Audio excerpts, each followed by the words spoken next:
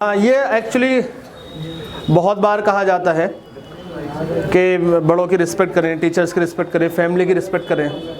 देखो, किसी को बिना परफेक्शन ना देखें उसके अंदर, ये सबसे पहली बात याद रखें। परफेक्ट सिर्फ और सिर्फ अल्लाह है और कोई परफेक्ट नहीं है।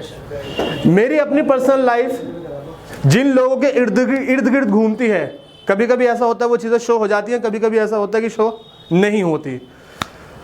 तो मेरी लाइफ 3 लोगों के आजू बाजू चलती है। उसमें सबसे पहले फैमिली है।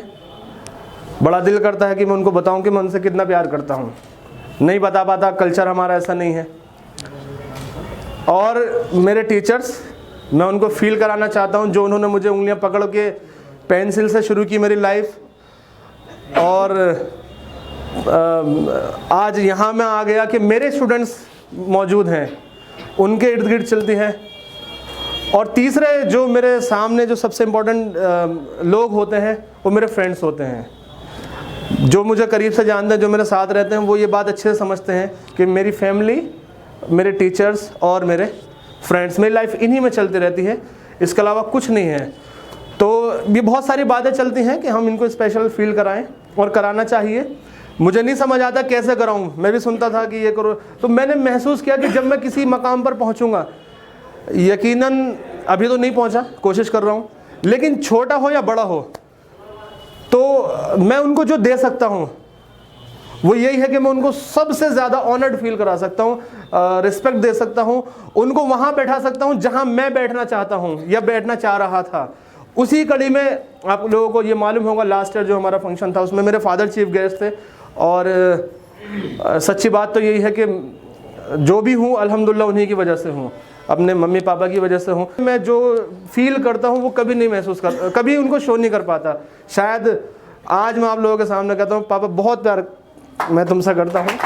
और ये होता है कभी कभी, एक जो नेचुरल फीलिंग्स होती हैं कभी कभी आती हैं बाहर। मैं अपनी फैमिली को बहुत प्यार करता हूँ सच में। कॉन्फ्लिक्ट्स हैं, रहेंगे, कोई मसला नहीं है, बावजूद वो है ना, कई बार कॉन्फ्लिक्ट्स होते हैं, इख्तलाफ होते हैं, मतभेद होते हैं। तो हमने ये कहीं पर सुना था, हम आदाब इख्तलाफ सीखें। अगर किसी से इख्तलाफ भी है तो आदाब के दायरे में हम इख्तलाफ करें उनसे। बहरहाल, तो मेरी फैमिली, मेरे फादर यहाँ मौजूद हैं, और मेरे भाई भी होंगे, तो पता नहीं कहाँ हैं, वो बिज़ी होंगे भाई ठीक है। उसके बाद मेरे टीचर्स जो यहाँ मौजूद थे, नो डाउट। मैंने ये तय किया है, हर साल मेरा जब भी फंक्शन होगा मैं अपने टीचर्स को ही यहाँ पर इनवाइट करूँगा। वही चीफ गेस्ट होंगे, वही गेस्ट ऑफ ऑनर होंगे, वही सब कुछ होंगे। मैं टीचर बन के ना भूल जाऊँ उन्हें, बस ये मैं चाहता हूँ। उसी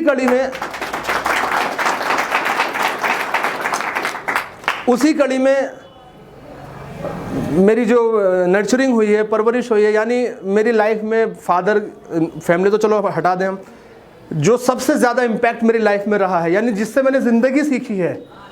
और यूँ कहूँ कि मैं हमेशा एक वर्ड इस्तेमाल करता हूँ जो मैं बताऊँगा अभी किस लिए, कि काम तो सब करते हैं, परफेक्शन के साथ कोई करता है। वो मैंने मेरे उस्ताद डॉक्टर रियाज साहब से सीखा है।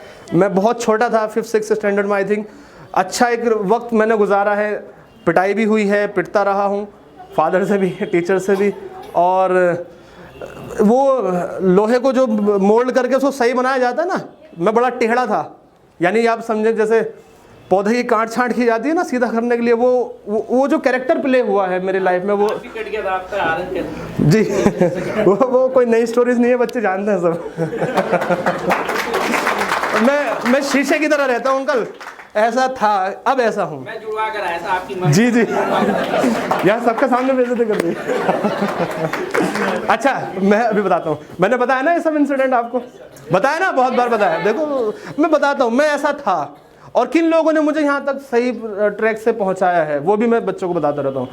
तो मैंने 5th-6th स्टैंडर्ड से, यानी मैं 6-7 साल का था, थोड़ा आगे पीछे, तब से लेकर आज तक मेरी लाइफ में बहुत इम्पैक्ट रहा है। और मैं पर्सनली चाहता था कि मैं दिल से महसूस कराऊँ कि मैं कितनी उनकी रिस्पेक्ट करता हूँ। कहीं पर कॉन्फ्लिक्ट्स हैं, इख्तलाफ हैं, वो चलते रहेंगे, मैं बार बार कह रहा हूँ। बावजूद इसके I love you very much doctor साहब, बहुत ज़्यादा प्यार करता हूँ मैं आपसे। और कई बार ऐसा होता है कि अल्फाज के पीछे के जज्बात नहीं समझा पाता आदमी। अल्फाज तो वो कह देता ना लेकिन जज्बे अपने नहीं बता। फिर डॉक्टर भूपेंद्र साहब से भी जा चुके यहाँ से।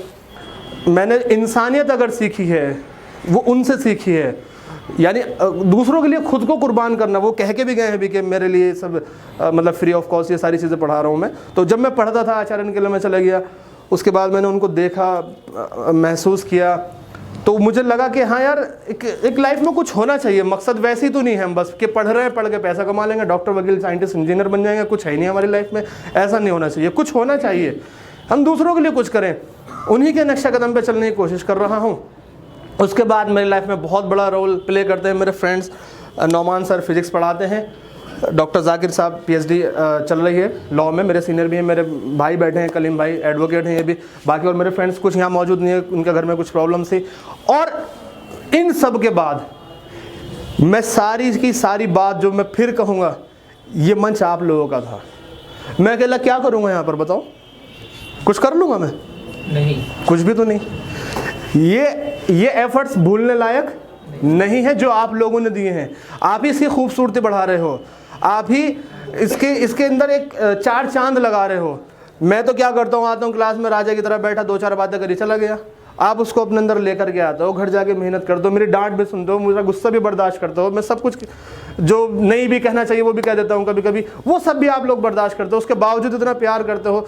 तो मेरे लिए सबसे बड़ी चीज़ है ये, अगर कोई अपने आप को जज करेगा कि मेरे पास ये है गाड़ी है, बंगला, मेरे पास ये कुछ नहीं है। इतने खूबसूरत मेरे पास बच्चे हैं जो मुझसे इतना प्यार करते हैं, मेरी फैमिली अल्हम्दुलिल्लाह। और हाँ, नो डाउट मेरे फादर के दोस्त कोई वो भी फादर ही होते हैं।